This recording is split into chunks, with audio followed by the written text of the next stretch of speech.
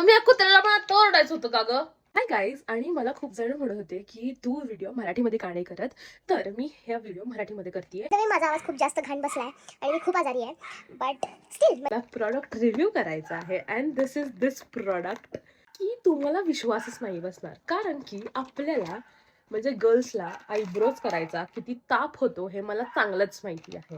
तर हे अशा पॅकेजिंग मध्ये येतं. आता हे पडेल माझ्याकडून. ह्याच्यासोबत अशी एक चार्जिंगची केबल येते, जे टोक यू कॅन सी दिस, केवढूच आहे ना. इज आईब्रो का एक्सटेंशन उसके साथ, and then this is the product.